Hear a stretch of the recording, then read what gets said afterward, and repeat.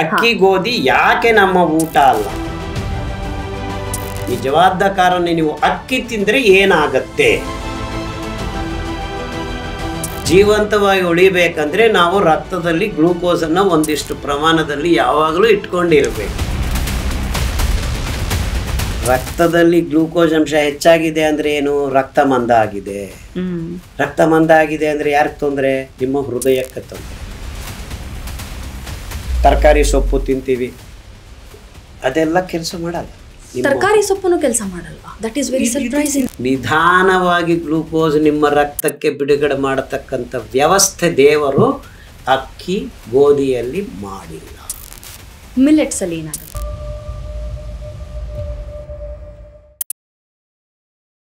ಇವಾಗ fortunately definitely not fortunately, ಅನ್ಫಾರ್ಚುನೇಟ್ಲಿನೇ ನೀವು ಹೇಳೋ ಪ್ರಕಾರ ಅಕ್ಕಿ ಗೋಧಿ ಅಷ್ಟು ಆರ್ಗ್ಯಾನಿಕ್ ಅಲ್ಲ, ನಮ್ಮ ಹೆಲ್ತ್ಗೆ ಯಾವುದೇ ಒಂದು ಅಂಶಗಳನ್ನ ಕೊಡ್ತಿಲ್ಲ.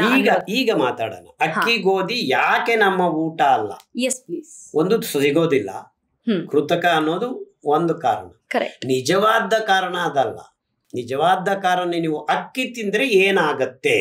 ಎಸ್, ನನಗೆ ಒಂದು ಕಂಪ್ಯಾರಿಸನ್. ಒಂದು ಅಕ್ಕಿ ಆದ್ರೆ ಒಂದು ಮಿಲೆಟ್ ಅದರ ಒಂದು ನ್ಯೂಟ್ರಿಷನಲ್ ವ್ಯಾಲ್ಯೂ ಹೇಳೋದಾದ್ರೆ ಪೌಷ್ಟಿಕಾಂಶಗಳ ತನಕ ಹೋಗೋ ಅಗತ್ಯ ಇಲ್ಲ ಈಗ ಸದ್ಯಕ್ಕೆ. ಈಗ ಅಕ್ಕಿ ತಿನ್ನೋದು ಯಾತಕ್ಕೆ? ನಮಗೆ ಗ್ಲೂಕೋಸ್ ಅನ್ನ ರಕ್ತದಲ್ಲಿ ತುಂಬಿಕೊಳ್ಳಬೇಕು. ಯಾಕೆ ಗ್ಲೂಕೋಸ್ ಅನ್ನ ತುಂಬಿಕೋಬೇಕು? ನಾವು ಗ್ಲೂಕೋಸ್ ಅನ್ನ ಭಸ್ಮ ಮಾಡಿದ್ರೆ ಎನರ್ಜಿ ಬರುತ್ತೆ. ಅಂದ್ರೆ ಜೀವಂತವಾಗಿ ಉಳಿಬೇಕಂದ್ರೆ ನಾವು ರಕ್ತದಲ್ಲಿ ಗ್ಲೂಕೋಸ್ ಅನ್ನ ಒಂದಿಷ್ಟು ಪ್ರಮಾಣದಲ್ಲಿ ಯಾವಾಗಲೂ ಇಟ್ಕೊಂಡಿರ್ಬೇಕು. ನಿಮಗೆ ಗೊತ್ತಿರುತ್ತೆ, ಯಾವಾಗಾದ್ರೂ ಗ್ಲೂಕೋಸ್ ಕಮ್ಮಿ ಆದ್ರೆ ದಿಢೀರ್ ಅಂತ ಕರ್ಕೊಂಡೋಗಿ ನೀವು ಪ್ರಜ್ಞೆ ತಪ್ಪುತ್ತೆ, ಹೋಗಿ ರಕ್ತಕ್ಕೆ ಗ್ಲೂಕೋಸ್ ಸೇರಿಸ್ತೀವಿ. ಹೌದು. ಅಂದ್ರೆ ಗ್ಲೂಕೋಸ್ ಇಲ್ಲ ನಿಮ್ಮ ರಕ್ತದಲ್ಲಿ ಅಂದ್ರೆ ನೀವು ಬಿದ್ದೋಗ್ತೀರಾ, ಗ್ಯಾರಂಟಿ. ಅಂದ್ರೆ ಏನು? ನಮ್ಮ ಜೀವ ಉಳಿಬೇಕಂದ್ರೆ ಗ್ಲೂಕೋಸ್ ಅನ್ನ ನಾವು ಒಂದು ನಿಯಮಿತ ಪ್ರಮಾಣದಲ್ಲಿ ಭಸ್ಮ ಮಾಡ್ತಾನೇ ಇರಬೇಕು. ATP ಅನ್ನ ನಮ್ಮ ಜೀವಕೋಶಗಳಿಗೆ ಸೇರಿಸ್ತಾ ಇರಬೇಕು. ಯಾಕಂದ್ರೆ ನಾವು ಉಸಿರಾಟ ತಗೊಳ್ಳೋದಕ್ಕೂ ಎನರ್ಜಿ ಬೇಕು. ಸೊ ಅಂದ್ರೆ ಗ್ಲೂಕೋಸು ರಕ್ತದಲ್ಲಿ ಒಂದಿಷ್ಟು ಪ್ರಮಾಣದಲ್ಲಿ ಯಾವಾಗಲೂ ಇರಂಗೆ ಮಾಡು. ಅದನ್ನ ಹೋಮಿಯೋಸ್ಟಾಸಿಸ್ ಅಂತ. ಗ್ಲೂಕೋಸು ನಿಮ್ಮ ರಕ್ತ 5 ಲೀಟರ್ ಇದೆ ಅಂತ ಇಟ್ಕೊಂಡ್ರೆ ಅಪ್ರಾಕ್ಸಿಮೇಟ್ಲಿ ಮಾನವನ ದೇಹದಲ್ಲಿ 5 ರಿಂದ 6 ಲೀಟರ್ ರಕ್ತ ಇರುತ್ತೆ. ನೀವು 7 ಅಡಿ ಇದ್ರೂ ಅಷ್ಟಕ್ಕಿಂತ ಜಾಸ್ತಿ ಹೋಗೋದಿಲ್ಲ. ಸೊ ಆ ರಕ್ತದಲ್ಲಿ 5 ಗ್ರಾಮ್ ಗ್ಲೂಕೋಸ್ ತುಂಬಿರಬೇಕು ಅಂದಾಜಾಗಿ. ಇದನ್ನ HbA1c ಅಪ್ರಾಕ್ಸಿಮೇಟ್ಲಿ 5 to 6 ಅಂತ ಹೇಳ್ತಾರೆ. ಕಮ್ಮಿ ಆದ್ರೆ ತೊಂದರೆ ಆಗತ್ತೆ, ಹೆಚ್ಚಾದ್ರೂ ತೊಂದರೆ ಆಗತ್ತೆ. ಯಾಕೆ ಅಂದ್ರೆ ಜಾಸ್ತಿ ಗ್ಲೂಕೋಸ್ ಆಗ ನಿಮ್ಮ ರಕ್ತ ಮಂದ ಆಗತ್ತೆ. ಈಗ ಒಂದು ಸಕ್ಕರೆ ತಗೊಂಡು ನೀವು ನೀರಲ್ಲಿ ಹಾಕಿ ಬಿಸಿ ಮಾಡಿದ್ರೆ ನಿಮ್ಮ ದೇಹದ ಉಷ್ಣತೆಗೆ ಮಂದ ಆಗತ್ತೆ, ಪಾಕ ಆಗತ್ತೆ. ಈಗ ಗುಲಾಬ್ ಜಾಮ್ ಮಾಡೋದು ಹಂಗೆ ತಾನೆ, ಪಾಕ ಅಂದ್ರೆ ತಿಳಿಯಾಗಿದ್ದ ನೀರನ್ನ ನೀವು ಪಾಕ ಮಾಡಿದೀರ, ಗಾಢ ಮಾಡಿದೀರ. ಈ ಕಂಪ್ಯಾರಿಸನ್ ಅಲ್ಲಿ ಅಕ್ಕಿ ಜಾಸ್ತಿ ತಿಂದಾಗ ಆ ಗ್ಲೂಕೋಸ್ ಜಾಸ್ತಿ ತಿನ್ಬೇಕಾಗಿಲ್ಲ. 100 ಗ್ರಾಮೇ ತಿನ್ನಿ, ಮಿಲೆಟ್ಸ್ 100 ಗ್ರಾಮ್ ತಿನ್ನಿ. What happens? ಎರಡರಲ್ಲಿ ವ್ಯತ್ಯಾಸ ಇಷ್ಟೇ. ಅಕ್ಕಿ ತಯಾರಾಗ್ತಾ ಇದ್ದಾಗ, ಆ ಗ್ಲೂಕೋಸ್ ರೆಡಿಯಾಗಿ ಧಾನ್ಯ ರೆಡಿ ಆಗ್ತಾ ಇದ್ದಾಗ ಬರೀ ಪಿಷ್ಟ ಪದಾರ್ಥವೇ ಗ್ಲೂಕೋಸ್ ಎಲ್ಲ ಸೇರ್ಕೊಂಡು ಕಾಂಪ್ಲೆಕ್ಸ್ ಕಾರ್ಬೋಹೈಡ್ರೇಟ್ಸ್ ಅಂತ ತಯಾರಾಗುತ್ತೆ. ಆದ್ರೆ ಅದನ್ನ ಹಿಡ್ಕೊಳ್ಳೋದು ಪಚನ ಆಗದೇ ಇದ್ದಂಗೆ ನಿಧಾನವಾಗಿ ಗ್ಲೂಕೋಸ್ ನಿಮ್ಮ ರಕ್ತಕ್ಕೆ ಬಿಡುಗಡೆ ಮಾಡತಕ್ಕಂಥ ವ್ಯವಸ್ಥೆ ದೇವರು ಅಕ್ಕಿ ಗೋಧಿಯಲ್ಲಿ ಮಾಡಿಲ್ಲ. ಇನ್ಸ್ಟಂಟ್ ಆಗಿ ಸ್ಪೈಕ್ ಆಗುತ್ತೆ ಅದರಲ್ಲಿ. ಸೊ ನೀವು ಅಕ್ಕಿ ಗೋಧಿ ಊಟ ಮಾಡಿದಾಗ, ಅದು ಪರಾಠ ಇರ್ಬೋದು, ಬ್ರೆಡ್ ಇರ್ಬೋದು, ಏನಾದ್ರೂ ಇರ್ಬೋದು, ತಿಂದಾಗ 15-20 ನಿಮಿಷದಲ್ಲಿ ನಿಮ್ಮ ರಕ್ತದಲ್ಲಿ ಈ ಗ್ಲೂಕೋಸ್ 5 ಗ್ರಾಮ್ ಇರಬೇಕಾಗಿದ್ದು 50 ಗ್ರಾಮ್ ಆಗುತ್ತೆ. ಮಿಲೆಟ್ಸ್ ಅಲ್ಲಿ ಏನಾಗುತ್ತೆ? ಮಿಲೆಟ್ಸ್ ಅಲ್ಲಿ ಅದು ಆಗೋದಿಲ್ಲ. ಗ್ಲೂಕೋಸ್ ರಿಲೀಸ್ ಆಗುತ್ತೆ, ಆದ್ರೆ ಎಷ್ಟು ಬೇಕು 5 ಗ್ರಾಮ್ಗಿಂತ ಜಾಸ್ತಿ ಆದ್ರೆ ಅದು ಬಿಡೋದಿಲ್ಲ. ಯಾಕೆ ಬಿಡೋದಿಲ್ಲ? ಈ C4 ಗ್ರಾಸ್ ಆಗಿರೋದ್ರಿಂದ, ಆ ನೀರಿನ ಅಂಶ ಇಲ್ಲದೆ ಗ್ಲೂಕೋಸ್ ಅನ್ನ ರೆಡಿ ಮಾಡೋ ಒಂದು ವ್ಯವಸ್ಥೆ ಇರೋದ್ರಿಂದ, ನಿಧಾನವಾಗಿ ಆಗ್ತಾ ಇರೋದ್ರಿಂದ ನಾರಿನ ಅಂಶವನ್ನ ಸೇರಿಸ್ಕೊಳ್ತಾ ಹೋಗುತ್ತೆ. ಯಾಕೆ ನಾರಿನ ಅಂಶ ಸೇರಿಸ್ಕೋಬೇಕು? ಎನರ್ಜಿ ರೆಡಿ ಆಗ್ತಾ ಇದೆ, ನಾವು ಗ್ಲೂಕೋಸ್ ರೆಡಿ ಮಾಡೋಕ್ಕೆ ಬಿಡ್ತಾ ಇಲ್ಲ. ಸೊ ನಾರನ್ನು ಸೇರಿಸ್ಕೊಂಡು ಅರೋಮ್ಯಾಟಿಕ್ ಮಾಲಿಕ್ಯೂಲ್ಸ್ ಅಲ್ಲಿ ರೆಡಿ ಮಾಡಿಕೊಂಡು 8 ಗ್ರಾಮಿಂದ 12.5 ಗ್ರಾಮ್ ತನಕ ಈ 5 ಧಾನ್ಯಗಳಲ್ಲಿ. ಓಕೆ. ಆರ್ಕ, ನವಣೆ, ಸಾಮೆ, ಕೊರ್ಲೆ, ಊದಲು, ಇನ್ನೂ ತುಂಬ ಧಾನ್ಯಗಳು ಇರ್ಬೋದು. ನಾನು ಕೆಲಸ ಮಾಡಿಲ್ಲ, ನಾನು ಈ 5 ಧಾನ್ಯಗಳ ಮೇಲೆ ಕೆಲಸ ಮಾಡಿ. ರೈಟ್. ಸೊ ಅದಕ್ಕೆ ಈ ಧಾನ್ಯಗಳಲ್ಲಿ 8%, ನವಣೆಯಲ್ಲಿ 8 ಗ್ರಾಮ್ ಇದೆ. 100 ಗ್ರಾಮ್ ಧಾನ್ಯ ತಗೊಂಡ್ರೆ, ಅದೇ ಅಕ್ಕಿ ತಗೊಂಡ್ರೆ 0.2 ಗ್ರಾಮ್ಸ್ ನಾರು ಆ ಉಪರಿತಲದ ಮೇಲೆ ಒಂದು ಸಣ್ಣ ಪದರ ಇರುತ್ತೆ. ಉಪರಿತಲ ಅಂದ್ರೆ ಸರ್ಫೇಸ್. ಓಕೆ. ಅಂದ್ರೆ ಮೇಲ್ಭಾಗ. ಅಂದ್ರೆ ಅಕ್ಕಿ ತಿಂದಾಗ ಆ 8 ಗ್ರಾಮ್ ಮಾತ್ರ ಫೈಬರ್ ಸಿಗ್ತಾ ಇದೆ? ಇಲ್ಲ, 0.2 ಗ್ರಾಮ್ ಮಾತ್ರ. 0.2 ಗ್ರಾಮ್ ಮಾತ್ರ. ಇದರಲ್ಲಿ ಫೈಬರ್ ನವಣೆ ತಿಂದ್ರೆ 8 ಗ್ರಾಮ್ ಸಿಗುತ್ತೆ. ಕೊರ್ಲೆ ತಿಂದ್ರೆ 12.5. ಸಾಮೆ ಅಕ್ಕಿ ತಿಂದ್ರೆ 9.8. ಊದಲಕ್ಕಿ ತಿಂದ್ರೆ 10 ಗ್ರಾಮ್. ಆರ್ಕ ಅಕ್ಕಿ ತಿಂದ್ರೆ 9 ಗ್ರಾಮ್ಸ್. ಅಂದರೆ ಈ 9 ಗ್ರಾಮ್ಸ್ ಆರ್ಕ ಅಕ್ಕಿಯಲ್ಲಿ ಮಿಕ್ಕಿದ್ದ ಪಿಷ್ಟ ಪದಾರ್ಥದ ಜೊತೆಗೆ ದೇವರು ಗಂಟು ಹಾಕಿ ಇಟ್ಟಿದ್ದಾರೆ.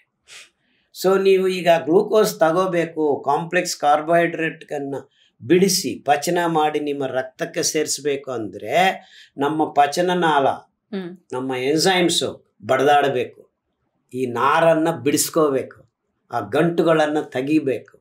ಅದಕ್ಕೆ ಟೈಮ್ ತಗೊಳುತ್ತೆ. ಅಂದರೆ ಇದರಲ್ಲೂ 50ರಿಂದ 70 ಗ್ರಾಮ್ ತನಕ ಪಿಷ್ಟ ಪದಾರ್ಥ ಇದೆ. ಬಟ್ ಅದ್ರ ಜೊತೆಗೆ ಏನು ಗಂಟು ಹಾಕಿದ್ದಾನೆ? ನಾರು ಗಂಟು ಹಾಕಿದ್ದಾನೆ. ಸೊ ಆ ನಾರು ಗಂಟುಗಳನ್ನು ಬಿಡಿಸ್ಕೊಂಡು ಎಷ್ಟು ಬೇಕೋ ಅಷ್ಟು ಗ್ಲೂಕೋಸನ್ನು ಮೆತ್ತಿಗೆ ಬಿಡುಗಡೆ ಮಾಡುತ್ತೆ.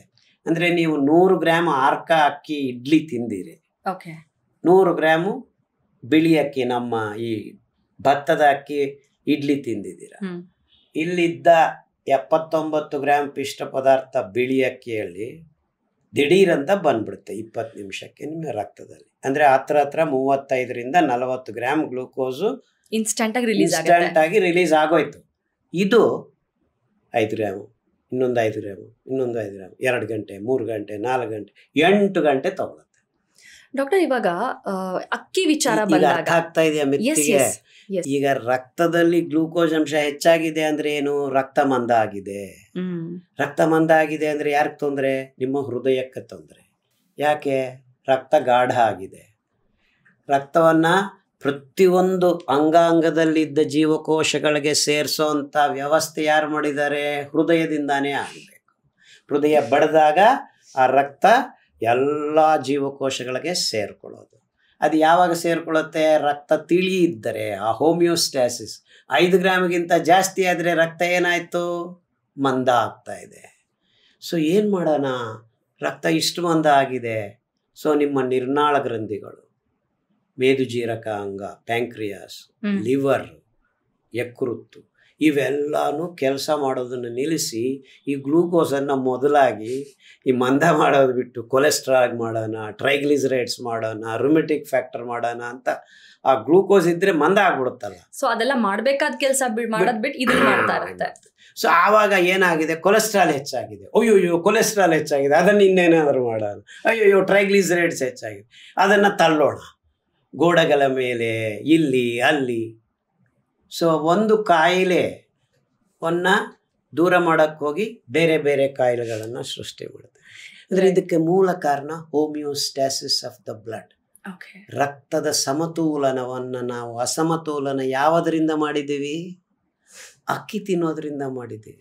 ಈಗ ಇನ್ನೊಂದು ಟ್ರೆಂಡ್ ಶುರುವಾಗಿದೆ. ಬಿಳಿ ಅಕ್ಕಿನಲ್ಲಿ ಇದೆ ಅಥವಾ ಪಾಲಿಶ್ಡ್ ರೈಸ್ ಅಲ್ಲಿ ಪ್ರಾಬ್ಲಮ್ ಆಗುತ್ತೆ, ಫೈಬರ್ ಒಂಚೂರು ಇರೋದಿಲ್ಲ, ಬರೀ ಗ್ಲೂಕೋಸ್ ಕೊಡುತ್ತೆ. ಅನ್ಪಾಲಿಶ್ಡ್ ರೈಸ್ ಅಂತ ಬಂತು, ಅದ್ರ ಜೊತೆಗೆ ಕೆಂಪಕ್ಕಿ ತಿನ್ನೋಣ ಅಂತ ಬಂತು. ಹೀಗೆ ಅಕ್ಕಿಗಳಲ್ಲಿ ಕೂಡ ಬದಲಾವಣೆ ಆಗಿದೆ. ಅದ್ರ ಬಗ್ಗೆ ಅಕ್ಕಿ ತಿಂದ್ರು ನಿಮ್ಗೆ 0.2 ಗ್ರಾಮ್ಸೇ ನಾರು. ಅಕ್ಕಿ ಈಸ್ ಅಕ್ಕಿ. ಒರೈಸಾ ಸಟೈವಾ ವೇರಿಯಸ್ ವೆರೈಟೀಸ್ ಎಷ್ಟಾದ್ರೂ ನಿಮ್ಗೆ ಅಷ್ಟೇ ಪಿಷ್ಟ ಪದಾರ್ಥ, ಅಷ್ಟೇ ನಾರು.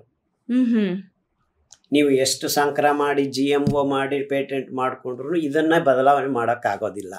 ಯಾಕಂದರೆ ಫೋಟೋಸಿಂಥಸಿಸ್, ದ್ಯುತಿ ಸಂಶ್ಲೇಷಣ ಕ್ರಿಯೆ EC3 ಪೀರಿಯಡ್, ಅದನ್ನು ಬದಲಾವಣೆ ಮಾಡ್ಕೊಳ್ಳೋಕ್ಕಾಗಲ್ಲ. ಆ ಜೆನೆಟಿಕ್ ಕಂಟೆಂಟ್ ಏನಿದೆ ಅದನ್ನು ಮೂಲವನ್ನು ಬದಲಾವಣೆ ಮಾಡೋಕ್ಕಾಗಲ್ಲ.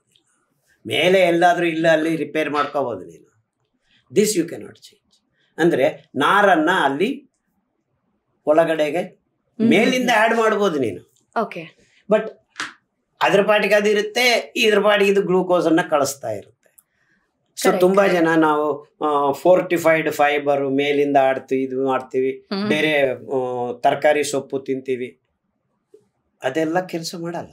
ತರಕಾರಿ ಸೊಪ್ಪು ಕೆಲಸ ಮಾಡಲ್ವಾ? That is very surprising. ಇದಿಲ್ಲ, ಏನು ಕೆಲಸ ಮಾಡಲ್ಲ. ಈ ಅಕ್ಕಿಯಿಂದ ಬಿಡುಗಡೆ ಆಗೋದನ್ನ ಯಾರು ಅದ್ರ ಜೊತೆ ತಗೊಂಡಾಗ ಯಾವುದು ಕೆಲಸ ಮಾಡಲ್ಲ. ಜೊತೆ ಅಲ್ಲ, ಅದು ಇಂಪಾರ್ಟೆಂಟ್. ಅದ್ರ ಒಳಗಡೆಯಿಂದ ಸೇರಿಸ್ಕೊಂಡಿರ್ಬೇಕಲ್ಲ. ಸೊ ನೀವು ಅಕ್ಕಿನೇ ತಿಂತಾ ಇರ್ತೀನಿ, ಇಷ್ಟು ಫೈಬರ್ ಕ್ಯಾಲ್ಕುಲೇಟ್ ಮಾಡಿ ತೂಕ ಮಾಡ್ಕೊಂಡು ಹಾಕೊಂಡು ತಿಂದ್ರು ಏನು ಉಪಯೋಗ ಇಲ್ಲ. Because it is outside this grain. So ಇದರಲ್ಲಿ ರಿಲೀಸ್ ಆಗೋದು ಬುಡಕ್ಕಂತ ಹೋಗ್ತಾನೆ ಇರುತ್ತೆ. ಈಗ ನೀವ್ ಹೇಳೋ ಪ್ರಕಾರ 830s ಅಲ್ಲಿ ಇದೆಲ್ಲ ಇಂಟ್ರೊಡ್ಯೂಸ್ ಆಯ್ತು, ಅಕ್ಕಿ ಗೋಧಿ ಅಂತ ಹೇಳಿದ್ರೆ. ಹೆಚ್ಚಿನ ಪ್ರಮಾಣದಲ್ಲಿ ಉತ್ಪಾದನೆ ಮಾಡ್ಕೊಳ್ಳೋದಕ್ಕೆ ಈ ಸೆಕೆಂಡ್ ವರ್ಲ್ಡ್ ವಾರ್ ಆದ್ಮೇಲೆ ಮಿಕ್ಕಿದ್ದ ಬಾಂಬ್ ಮೆಟೀರಿಯಲ್ ಇಂದ ಈ ಗೊಬ್ಬರಗಳನ್ನ ಮಾಡಿದ್ದ ಕಂಪನಿಗಳು ಮಾಡಿರೋ ಅನಾಹುತ ಇದು. That's where the business began. So ಅದೇ ಗ್ರೀನ್ ರೆವಲ್ಯೂಷನ್ ಅಂತ. ಸೊ ಈ ಗ್ರೀನ್ ರೆವಲ್ಯೂಷನ್ ಎಕ್ಸ್ಪರ್ಟ್ಸ್ ಅಂತ ಏನು ಶುರು ಹಚ್ಕೊಂಡ್ರು, ಅದು ಇಡೀ ಮಾನವ ಜಾತಿ ಬೇಸಿಕ್ ಬಯೋಕೆಮಿಸ್ಟ್ರಿಯನ್ನೇ ಬದಲಾವಣೆ ಮಾಡ್ಕೊಳ್ಳೋಕೆ ಶುರುವಾಯಿತು. ಇದನ್ನ ಹೇಳೋದಕ್ಕೆ ಯಾವ ತಜ್ಞರು ಮುಂದಕ್ಕೆ ಬರ್ತಾ ಇಲ್ಲ. ಅಕ್ಕಿ ಗೋಧಿ ನಮ್ಮ ಊಟ ಅಲ್ಲ ಅಂತ ಪ್ರತಿ ಒಬ್ಬ ಜೀವ ರಾಸಾಯನಿಕ ವಿಜ್ಞಾನಿ ಹೇಳಬೇಕಾಗಿತ್ತು. ಈಗಲೂ ಹೇಳ್ತಾರೆ.